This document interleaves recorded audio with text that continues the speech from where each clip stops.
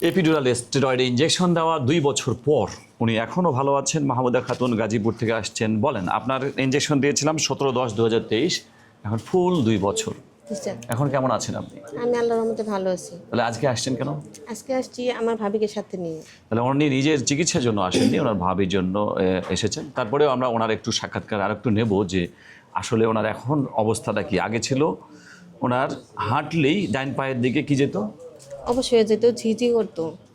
কতক্ষণ হাঁটলে এরকম হতো? 10 মিনিট?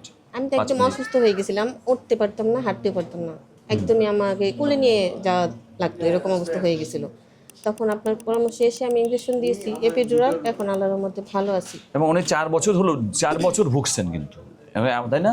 জি, 4 বছর ওগুলো ভুগেছেন। এবং ওই সময় আর কি, তবে 2 মাসের তখন সিরিয়াস ছিল আমার কাগজে যা দেখছি। তখন আমাদের হাতের প্রেসক্রিপশন ছিল, এখন হাতের প্রেসক্রিপশন নাই, এখন সব কম্পিউটারাইজড। এবং L5S1 ডাইন পায়ের দিকে ছিল।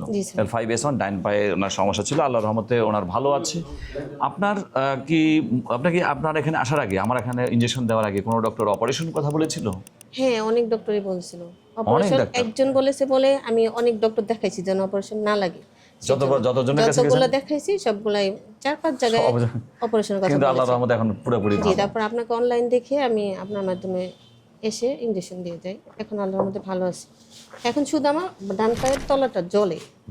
জি, আচ্ছা, আমরা সেটা দেখছি, ওনাকে একটু সাপোর্ট দিতে হবে। তবে আমরা এই ভিডিও করার উদ্দেশ্য, অনেকে আপনারা জিজ্ঞেস করেন যে ইনজেকশন আসলে কিভাবে কাজ করে, কতদিন কাজ করে, আসলেই কাজ করে কিনা। এই কারণে এই ভিডিওটা করা। একটা কথা বলে রাখি যে আমরা কখনোই ইনজেকশন দেই না যদি সেটা সাময়িক চিকিৎসার জন্য হয়, ধরেন 3 মাসের জন্য, 2 মাসের জন্য, নেভার, কখনোই না। আমরা তখনই ইনজেকশন দেব যখন আপনার ইনজেকশন দিলে মনে হবে বা আমাদের এই সম্ভাবনা থাকবে যে কখনোই অপারেশন লাগবে না। এই ধরনের ক্ষেত্রে আমরা এপিডুরাল স্টেরয়েড ইনজেকশন দিই। এবং আমরা জানি যে একটা স্টেরয়েড ইনজেকশন দিলে সাধারণত যখন একবার সোয়েলিং কমে যায় বা ফুলা কমে যায় বা ভালো হয়ে যায়, তখন সেটা সারা জীবনই ফুলা কমে থাকে, বারবার ফোলে না, যদি না উনি ভুল করেন।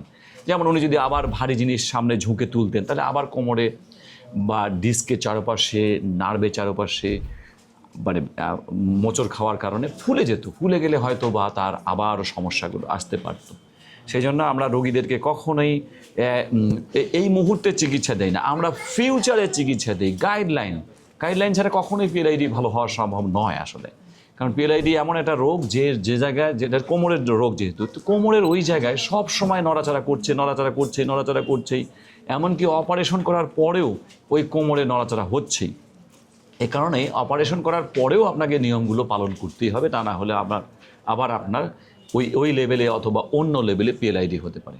তো এনারও তাই, উনি যদি আগেই এটা মানেন যে ঠিক আছে আমরা নিয়মগুলো ফলো করি, তাহলে তো আর কোনোদিনই অপারেশন লাগবে না ইনশাল্লাহ। এবং আপনার কি মনে হয় যে অপারেশন লাগবে? আপনার কেমন বিশ্বাস? এখন ভালো আছি। আপনার কেমন বিশ্বাস? আল্লাহ কোন দিক নিয়ে যাবে সেটা বল, কিন্তু বিশ্বাসটা কেমন? জি স্যার, আপনার কথা শুনে আমার অনেক ভালো লাগছে এবং আমি সুস্থ আছি। না, অপারেশন লাগবে কিনা এই বিশ্বাসটা কি? এখন তো মনে হয় না লাগবে, বিশ্বাস আছে। এই বিশ্বাস আছে, যেহেতু আমি সুস্থ আছি এখনো। ওকে, এই ছিল আমাদের আজকের ভিডিও। আসসালামু আলাইকুম।